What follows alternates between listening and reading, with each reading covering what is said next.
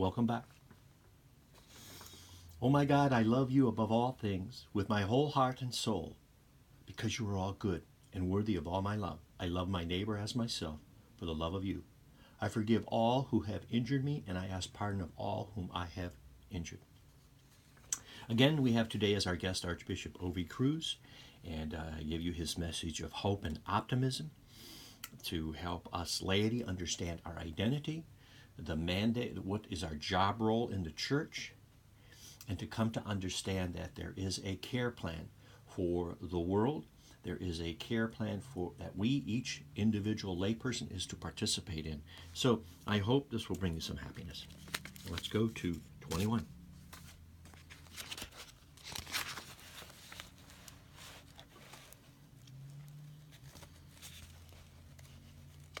In their own way, the law admits and affirms that the active participation of the members of the Christian faithful in the evangelizing works of the church can only be done each in their own way.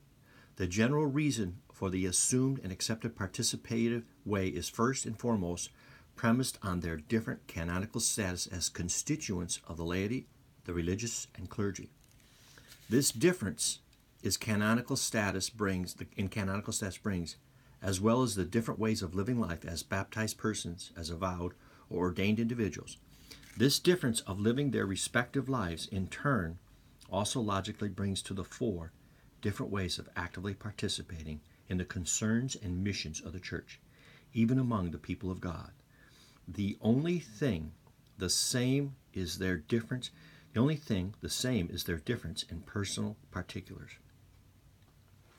Let me read that.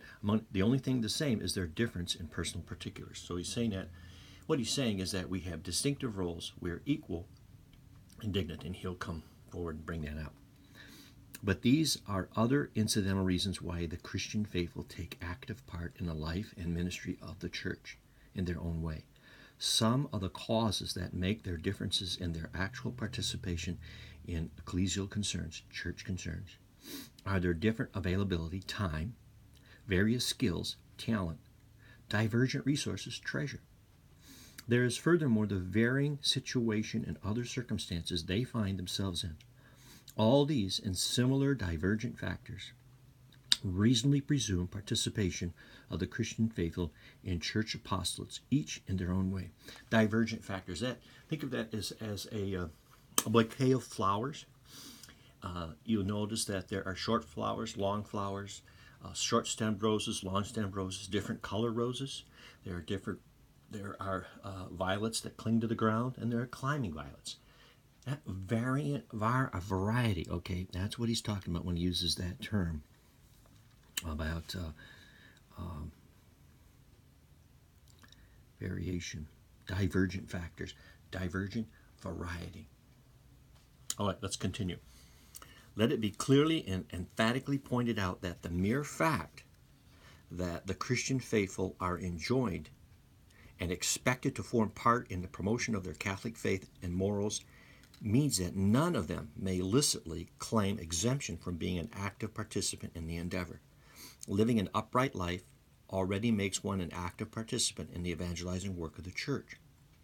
Reason, such as called witnessing to one's faith, hope in, and love of God.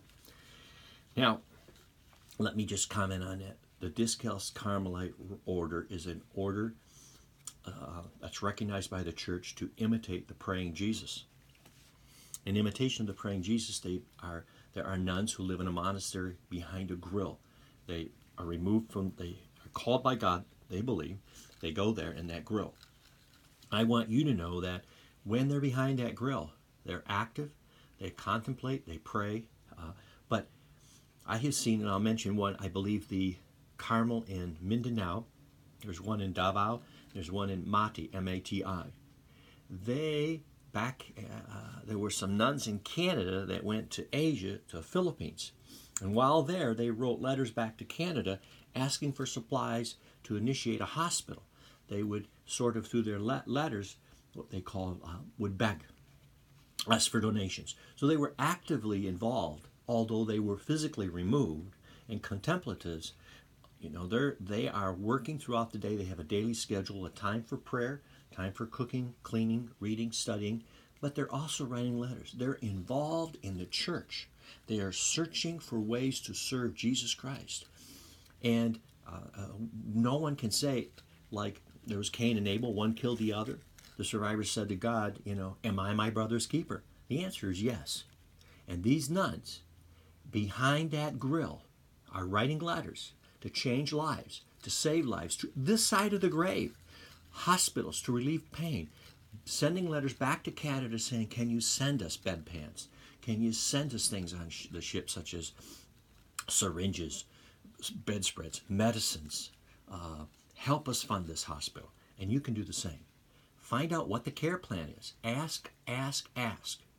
Maybe I'll do an entire video series on the care plan for the third millennium, but I digress. I have to continue. We must press on.